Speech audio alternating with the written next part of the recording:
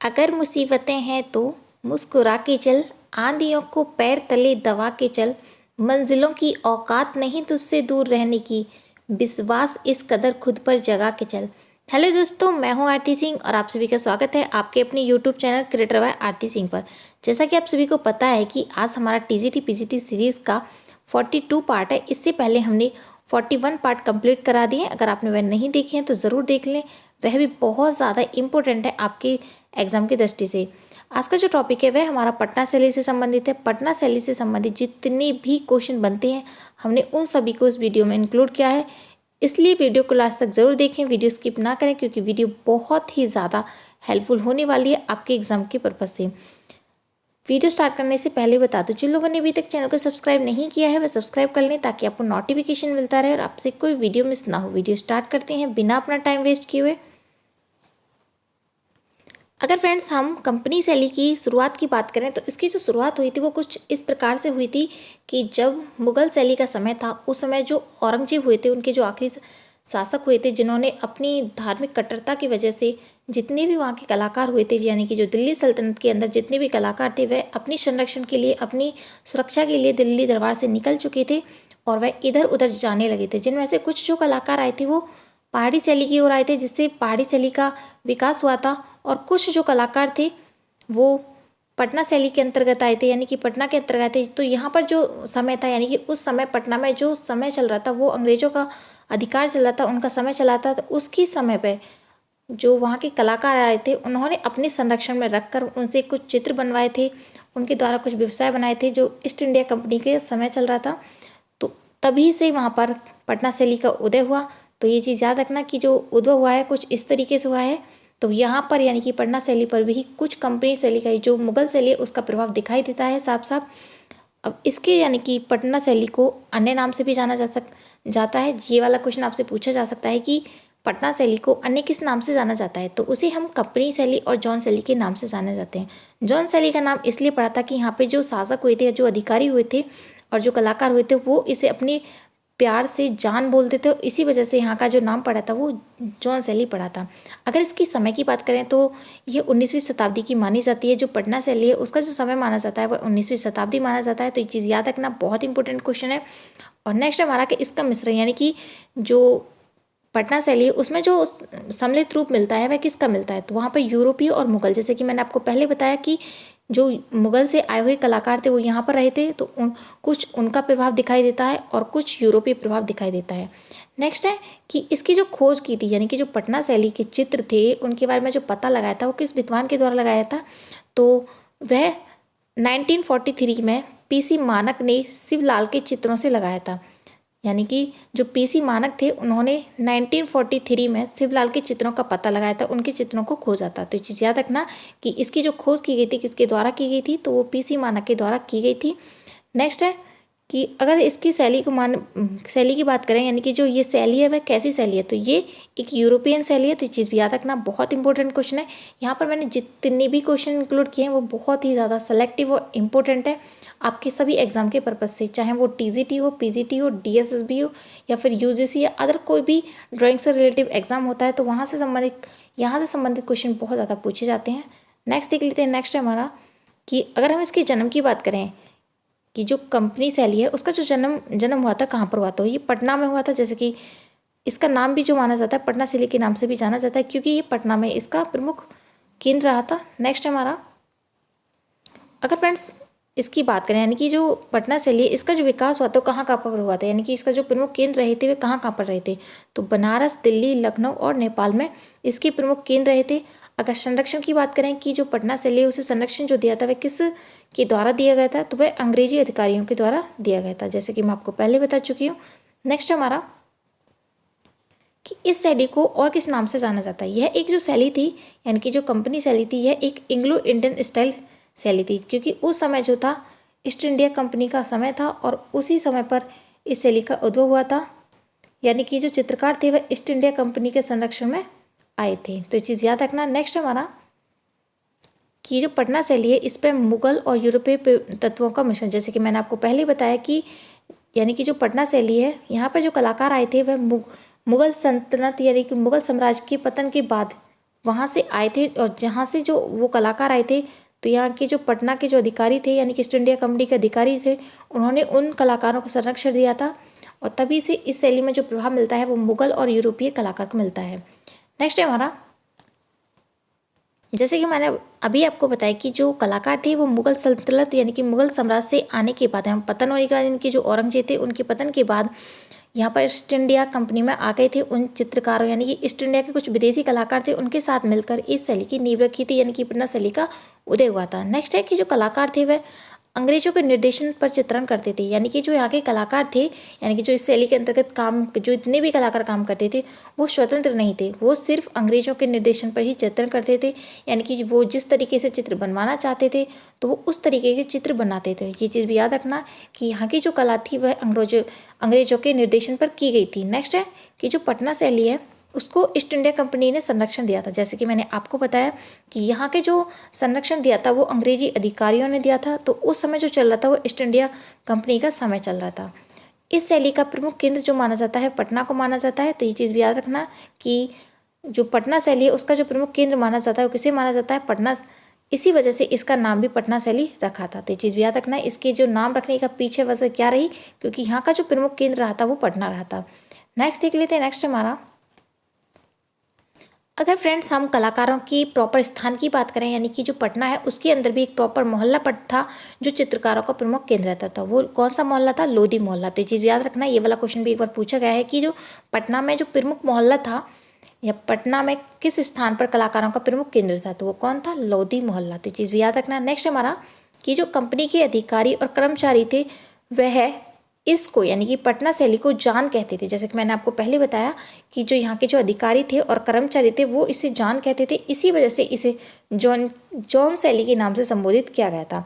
तो इसके पीछे यानी कि जॉन शैली नाम रखने के पीछे का एक जो प्रमुख कारण रहा था वो यही रहा था कि यहाँ के जो अधिकारी थे और कर्मचारी थे वो सभी इस शैली को यानी कि पटना को जान कहते थे, इसी वजह से जान शैली पड़ा था। नेक्स्ट है कि जो पटना शैली का जो प्राचीन नाम है वो क्या था, पाटलिपुत्र। ये वाला क्वेश्चन भी बहुत बार पूछा गया है, तो अब जितने भी इसके नाम है उन सभी को नोट डाउन कर लेना कि किसके समय में क्या बोला गया था, पटना शैली को या पाटलिपुत्र को, जो भी बोला गया था आप उन सभी को अच्छे से नोट डाउन कर लेना, रट लेना, क्योंकि यहाँ से 100% क्वेश्चन पूछा जाता है अगर पटना शैली से क्वेश्चन कोई पूछा जाता है तो इसका जो प्राचीन नाम था वो पाटलिपुत्र था, जिसकी जो स्थापना की थी वो उद्यान के द्वारा की गई थी। तो ये चीज़ याद रखना कि जो पटना था उसका जो प्राचीन नाम था पाटलिपुत्र, उसकी जो स्थापना की थी तो वो किसने की थी, उद्यान थे। या ये भी पूछा जा सकता है नहीं कि जो उद्यान ने जो स्थापना की थी पटना की उस समय उसका प्राचीन नाम क्या था, तो वो पाटलिपुत्र था।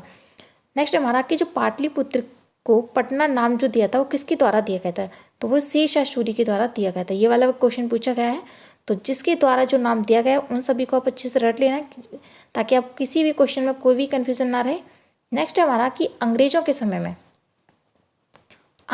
समय में पटना को अजीमाबाद कहा गया था। ये वाला क्वेश्चन पूछा जा सकता है कि किन के समय में पटना शैली को अजीमाबाद कहा गया था, या फिर ये भी बोला जा सकता है कि किस शैली को अजीमाबाद के नाम से भी जाना जाता था अंग्रेजों के समय में, तो वो कौन सी शैली थी, पटना शैली। तो यहाँ पर जितने भी नाम हैं आप उन सभी को रट लेना। मैं बार बार यही चीज़ बोल रही हूँ कि यहाँ से क्वेश्चन ज़रूर पूछे जा सकते हैं आपको कन्फ्यूज़ करने के लिए। अगर एग्जामिनर कोई भी क्वेश्चन हार्ड बनाता है तो वो कुछ इस तरीके के क्वेश्चन ऐड करता है। नेक्स्ट हमारा कि गार्गी संहिता में पाटलिपुत्र को क्या कहा गया है, तो ये वाला क्वेश्चन भी आप जरूर याद रखना कि जो गार्गी संहिता में जो पाटलिपुत्र मतलब पटना को क्या बोला गया है, कुसुम ध्वज या कुसुमपुर कहा गया है। इसे दो नामों से जाना गया है, एक तो कुसुम ध्वज है और एक कुसुमपुर है। तो ये चीज़ भी याद रखना, किस में, गार्गी संहिता में, किसको, पाटलिपुत्र को।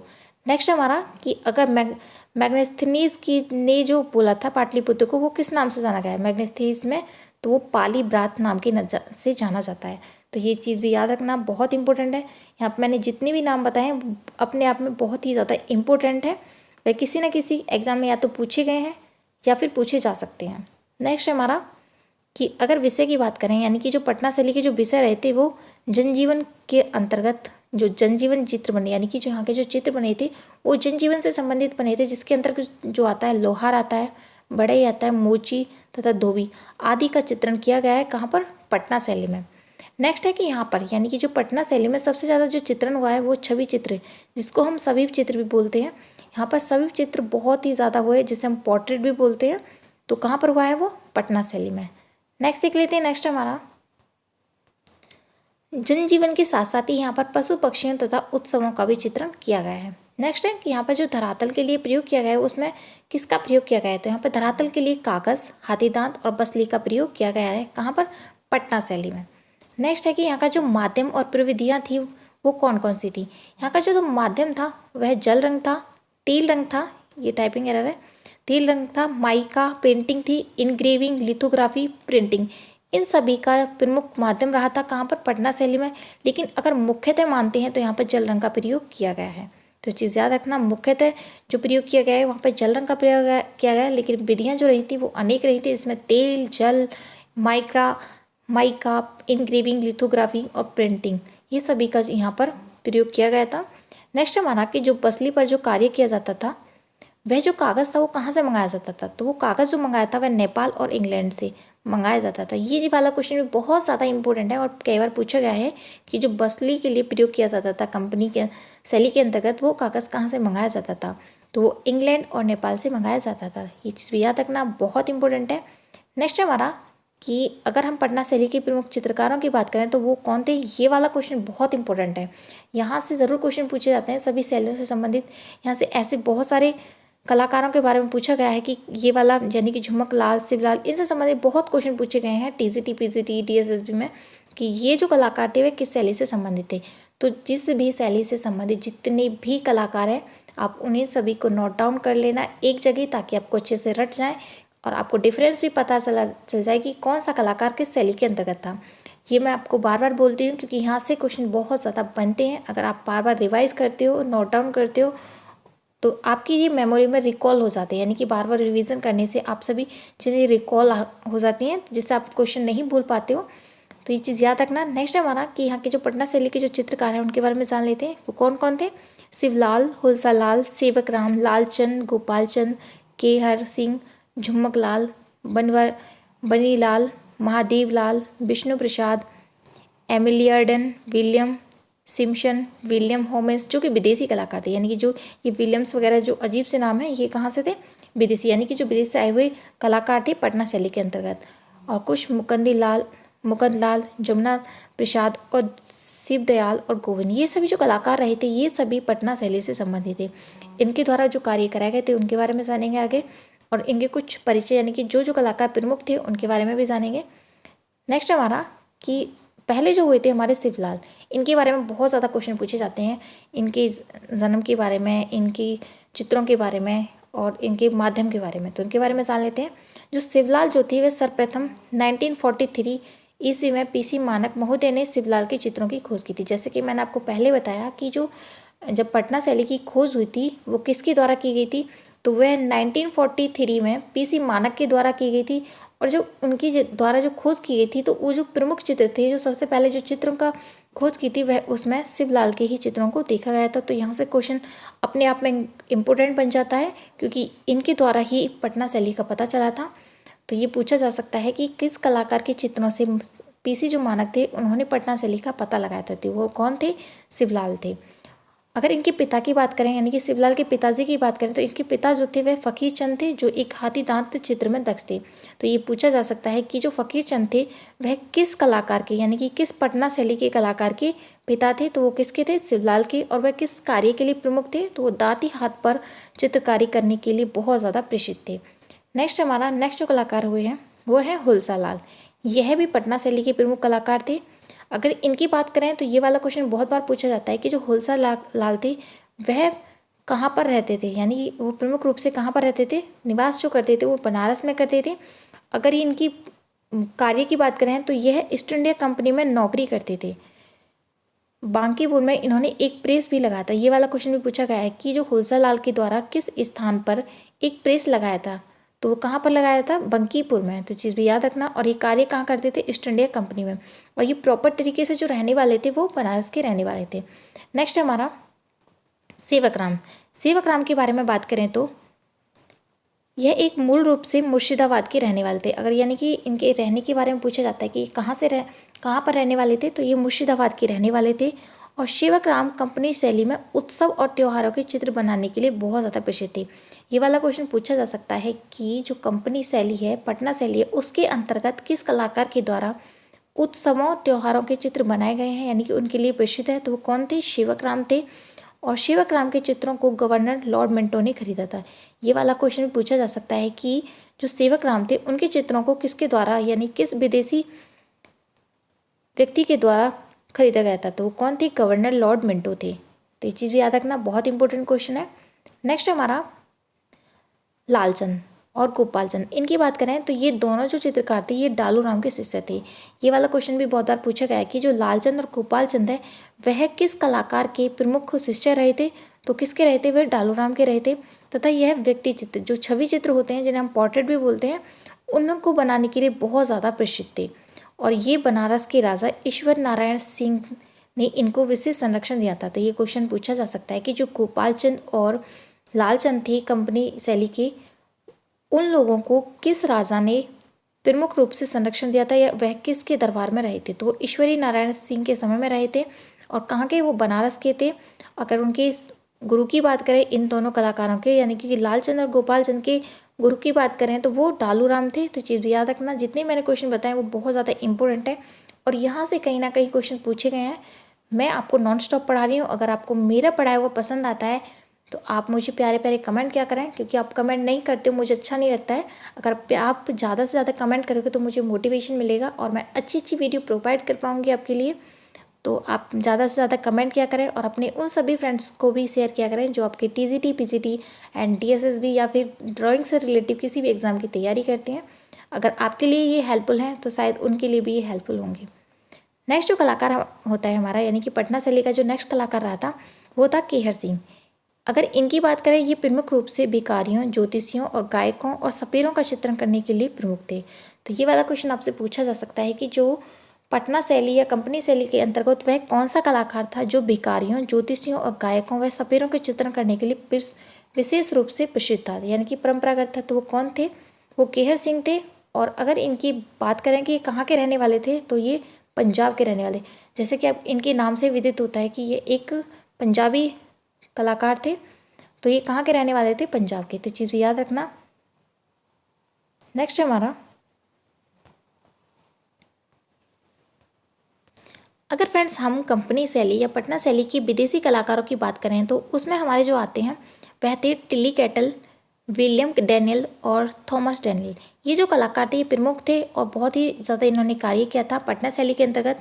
तो ये 300 कलाकार थे, बहुत ही ज़्यादा प्रसिद्ध हैं कंपनी शैली की।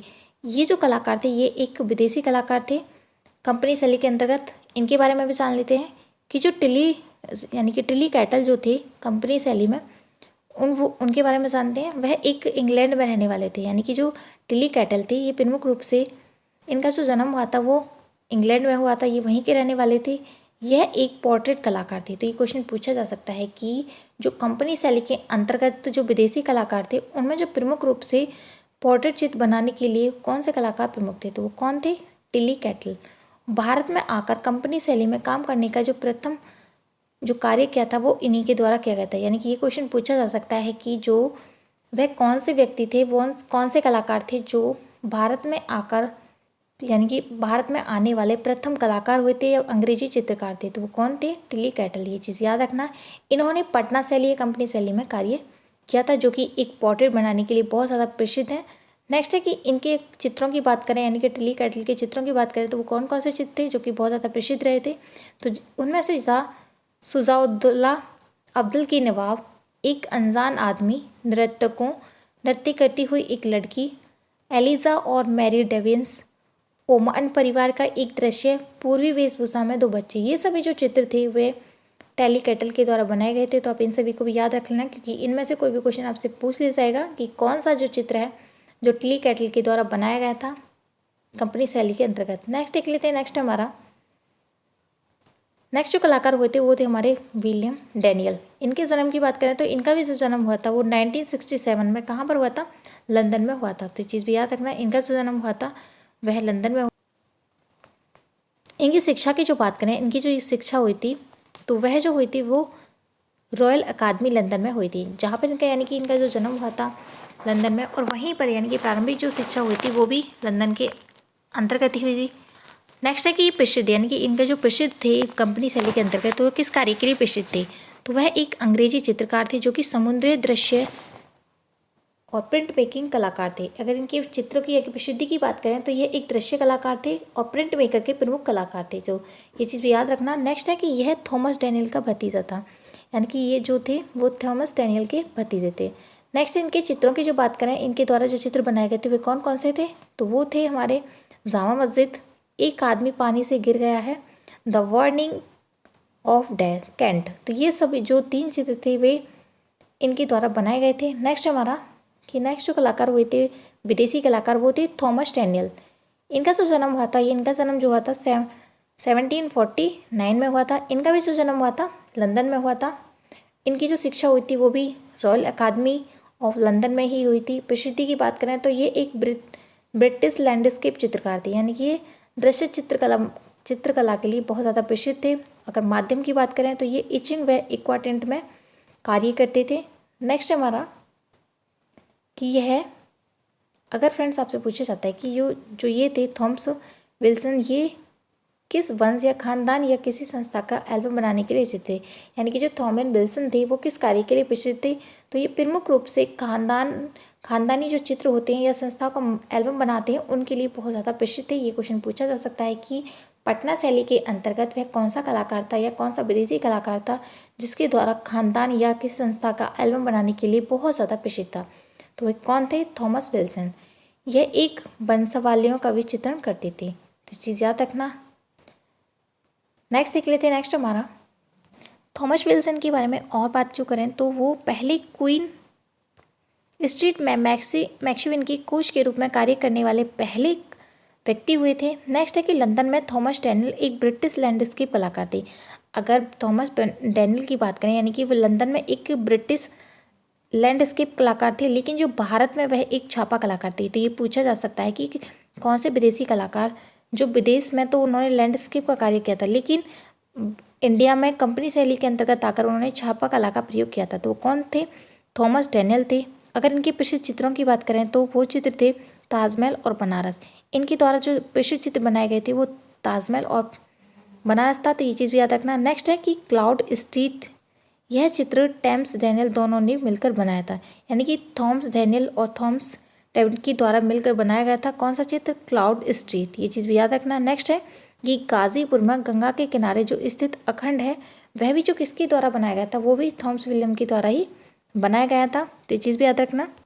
अगर फ्रेंड्स हम कंपनी शैली की विशेषताओं की बात करें तो उसमें विशेषताएं क्या क्या रही थी कंपनी शैली के अंतर्गत? तो यहाँ के जो चित्रों में सबसे ज़्यादा छवि चित्र बनाए थे, जैसे कि मैं आपको पहले ही बता चुकी हूँ कि जो कंपनी शैली में ज़्यादा जो चित्र बनाए गए थे वह छवि चित्र यानी कि पोर्ट्रेट या सभी चित्र बनाए गए थे। जो चित्र थे वो 1.5 चश्म के बनाए गए थे, तो ये चीज़ याद रखना कि कंपनी शैली में जितने भी चित्र बनाए गए थे वो 1.5 चश्म के बनाए गए थे। अगर पटना शैली में भावों की बात करें तो यहाँ पे भावों की कमी मिली है, यानी कि भावहीन, यानी कि कोई भी एक्सप्रेशन का प्रयोग नहीं किया गया है। किसमें? कंपनी शैली के अंतर्गत। कि पटना शैली में सर्वाधिक लघु चित्रों की रचना की गई। छवि चित्र के साथ साथ ही लघु चित्रों की भी रचना की गई थी, यानी कि जो छवि चित्र बने थे वो लघु आकार के बने थे, तो ये चीज़ भी याद रखना। नेक्स्ट हमारा कि जो पटना शैली में चित्रों में ज़्यादातर जो चित्रों में कलर्स प्रयोग हुए थे वो भूरे, मटमैले, गुलाबी और कजरी स्याही के रंगों का प्रयोग किया गया है। यानी कि पटना शैली के अंतर्गत जो कलर्स प्रयोग किए गए हैं उनमें भूरे, मटमैले, गुलाबी और कजरी स्याही का प्रयोग किया गया है। और जो पटना शैली के यूरोपीय कला का बहुत ज़्यादा प्रभाव है। अगर पटना शैली पर प्रभाव की बात करें तो यह एक यूरोपीय कला से बहुत ज़्यादा प्रभावित थी, जैसे कि मैंने आपको पहले बता चुकी हूँ। भारत में अगर ये वाला क्वेश्चन पूछा जाता है कि फ्रेंड्स कि भारत में अश्लील चित्रों की शुरुआत जो हुई थी वह किस शैली के अंतर्गत हुई थी? तो वह कंपनी शैली के अंतर्गत ही हुई थी अश्लील चित्रों की, तो ये चीज़ भी याद रखना, बहुत इंपॉर्टेंट क्वेश्चन है।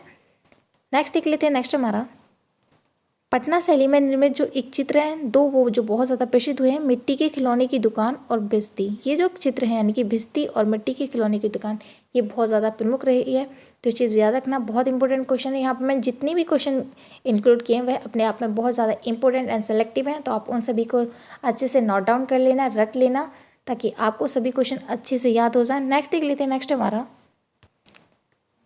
नेक्स्ट हमारा कि कंपनी शैली के उपलक्ष्य में यह कथन किसके द्वारा किया गया था, यानी कि किस विद्वान ने यह कथन बोला था कि पटना चित्रण शैली तो कंपनी शैली की एक उपशाखा है। तो किसके द्वारा बोला गया था? मिसेस आर्चर के द्वारा बोला गया था। तो ये चीज़ भी याद रखना, क्योंकि कुछ इस तरीके के जो कथन होते हैं वो पूछ लिए जाते हैं। तो आप जो भी कथन जिस भी शैली के बारे में या फिर किसी भी व्यक्ति के बारे में बोला जाता है, किसी भी कलाकार के बारे में, तो आप ज़रूर याद रखना, क्योंकि इससे संबंधित क्वेश्चन भी पूछे जाते हैं।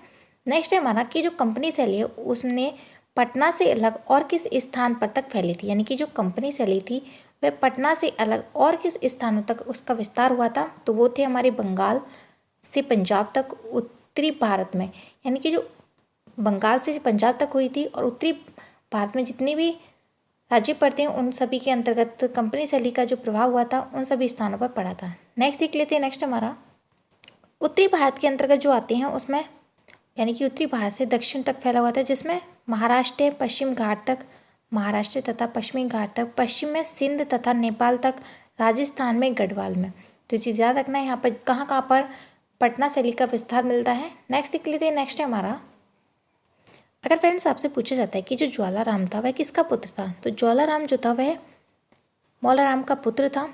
अगर ज्वालाराम कैसा चित्रकार था, अगर फ्रेंड्स आपसे पूछा जाता है कि जो ज्वालाराम था वह किस कार्य के लिए प्रसिद्ध था, तो वह टोपोग्राफी के लिए प्रसिद्ध था। उसने अपनी परंपरागत चित्रण छोड़कर यथार्थवादी ढंग पर पक्षियों के चित्र बनाना शुरू किया था। तो चीज़ भी याद रखना, ये वाला क्वेश्चन पिछली बार पूछा गया था। नेक्स्ट है हमारा कि अगर फ्रेंड्स आपसे पूछा जाता है कि कंपनी शैली में पक्षियों में, यानी कि पशुओं में मुख्यतः किस पशु का चित्रण हुआ है, तो उसमें हाथी और घोड़े का जो चित्र है वह प्रमुख रूप से किया गया है। तो चीज़ याद रखना कि जो हाथी एवं घोड़े का चित्र और या उसकी सवारी का जो चित्र मिलता है वो किस शैली में किया गया है, तो कंपनी शैली के अंतर्गत किया गया है। तो चीज़ याद रखना, बहुत इंपॉर्टेंट क्वेश्चन है। नेक्स्ट हमारा, जैसे कि मैंने आपको पहले बताया कि जो कंपनी शैली उसमें मुख्य रूप से जो चित्रण हुआ है वो जनजीवन से संबंधित हुआ है। और जनसाधारण की बात करें तो उसमें जैसे कि मछली बेचने वाली, टोकरी बुनने वाली, चक्की वाली, लोहार, दर्जी, सेविका, मिट्टी के खिलौने बनाते हुए एवं बेचते हुए, जैसे कि मैं आपको पहले बता चुकी हैं। तो इनसे संबंधित चित्र जो मिले हैं वो कंपनी शैली के अंतर्गत बहुत ज़्यादा मिले हैं। नेक्स्ट हमारा, अगर फ्रेंड्स हम कंपनी शैली की व्यक्ति चित्रों की बात करें तो वहाँ के जो चित्र बनाए गए थे वो लाइफ मॉडल को देखकर नहीं बल्कि काल्पनिक आकृति के टाइप पोर्ट्रेट बनाए गए, यानी कि जो पोर्ट्रेट्स जो बनाए जाते हैं वो छवि चित्र जो बनाए जाते हैं या तो सामने बिठाकर बनाए जाते हैं, लेकिन जो कंपनी शैली के अंतर्गत जो बनाए गए हैं वो फेस जो होता है खाली उसको तो देखकर बनाएगा, लेकिन जो नीचे का जो शरीर है वो सिर्फ अपनी कल्पनाओं के आधार पर बनाया गया है। तो ये चीज़ याद रखना, ये कहाँ की विशेषता रही थी, वो कंपनी शैली की विशेषता रही थी। नेक्स्ट हमारा, अगर फ्रेंड्स आपसे पूछा जाता है कि जो पटना शैली है उसमें चित्रों में जो रेखाएं हैं वह कैसी रेखाएं प्रयोग की गई हैं, तो वहाँ पर कठोर जो सख्त रेखाएं वो बनाई गई हैं।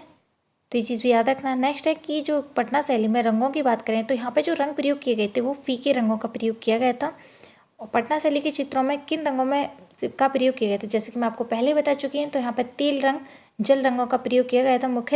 मुख्यतः बात करें तो यहाँ पर जल रंग का प्रयोग सर्वाधिक किया गया है। नेक्स्ट है हमारा, अगर फ्रेंड्स हम पटना शैली के चित्रकारों की बात करें तो यानी कि जो चित्रकार थे उनमें से जो सबसे ज़्यादा प्रमुख थे वो कौन थे, तो वो सेवक राम और लाल ईश्वरी प्रसाद जो थे वो बहुत ज़्यादा प्रमुख थे पटना शैली के अंतर्गत। और लाल ईश्वरी प्रसाद थे वह किस स्कूल के भूतपूर्व अध्यक्ष रहे थे, ये वाला क्वेश्चन बहुत बार पूछा गया है। तो ये किस स्कूल के रहते, तो वो कोलकाता आर्ट स्कूल के भूतपूर्व अध्यक्ष रहे थे। नेक्स्ट है कि जो लाल ईश्वरी प्रसाद थे उनके पिता का क्या नाम था, तो उनके पिता का जो नाम था वो शिवलाल था, जो कि पटना शैली के वंशज परंपरागत चित्रकार थे। तो ये चीज़ भी याद रखना कि जो पटना शैली के वह कौन से कलाकार हुए थे जो कि पटना शैली के वंशज परंपरागत चित्रकार थे, तो कौन थे? शिवलाल, जो कि इस लाल ईश्वरी प्रसाद के पिता थे। नेक्स्ट हमारा, आपसे ये वाला क्वेश्चन पूछा जा सकता है कि पटना शैली में किसका प्रयोग नहीं हुआ है, तो यहाँ पर टेम्परा चित्रण का प्रयोग नहीं किया गया है। तो चीज़ भी याद रखना। नेक्स्ट हमारा कि जो फिरका किसे कहते हैं, फिरका किसे कहते हैं, तो 6 छोटे चित्रों के सेट को फिरका बोला जाता है। तो ये वाला क्वेश्चन भी बहुत बार पूछा गया है, तो आप ये चीज़ भी याद रखना। नेक्स्ट हमारा कि कंपनी शासन काल में भवन निर्माण की जो शैली थी वो क्या थी, उसे यानी कि किस नाम से जाना जाता था, तो उसे कॉलोनियल शैली के नाम से भी जानते हैं। किसे? भवन निर्माण को, किसमें? कंपनी शैली के अंतर्गत। मुगल तथा यूरोपीय शैलियों के मिश्रण से जो उत्पन्न हुई थी वो कौन सी शैली थी, तो वो हमारी कंपनी शैली थी या फिर पटना शैली थी, ये चीज़ भी याद रखना। नेक्स्ट हमारा, अगर फ्रेंड्स आपसे पूछा जाता है कि अंग्रेजी जल पद्धति के आधार पर चित्रण तकनीक का विकास जो हुआ था वो किस शैली के अंतर्गत हुआ था, तो वो हमारी कंपनी शैली के अंतर्गत हुआ था। तो ये चीज़ भी याद रखना। नेक्स्ट है हमारा, अगर फ्रेंड्स हम कंपनी शैली के चित्रों की बात करें तो यहाँ के जो चित्र थे वो 8x6 के आकार के बनाए गए थे। और नेक्स्ट है कि अगर फ्रेंड्स आपसे पूछा जाता है कि कंपनी शैली की किस पोत का प्रयोग विशेष रूप से हुआ है, तो यहाँ पर जो प्रयोग किया है वह अनुकृत पोत का प्रयोग बहुत ज़्यादा किया गया है। नेक्स्ट है कि जो कंपनी शैली के जो चित्र बनाए गए थे वो कैसे पेपर पर बनाए गए थे, तो वहाँ वाइट पेपर पर बनाए गए थे। और हाथी दांत के फलक जो होते हैं उस पर भी चित्रण किया गया है कंपनी शैली के अंतर्गत। नेक्स्ट है कि अगर फ्रेंड्स आपसे पूछा जाता है कि भारत में किस शैली में सर्वप्रथम चित्रण हेतु जल रंग का प्रयोग किया गया था, यानी कि वह कौन सी शैली थी जिसमें जल रंग का प्रयोग सबसे पहले किया गया था, तो वो कौन सी थी, कंपनी शैली है। आज का जो वीडियो है यहीं समाप्त होता है। उम्मीद है कि आज का जो वीडियो आपको पसंद आया है। अगर पसंद आए तो कमेंट बॉक्स में कमेंट करके ज़रूर बताएं कि वीडियो कैसा लगा। Thank you for watching this video. मिलते हैं नेक्स्ट वीडियो में, तब तक के लिए bye bye and thank you so much.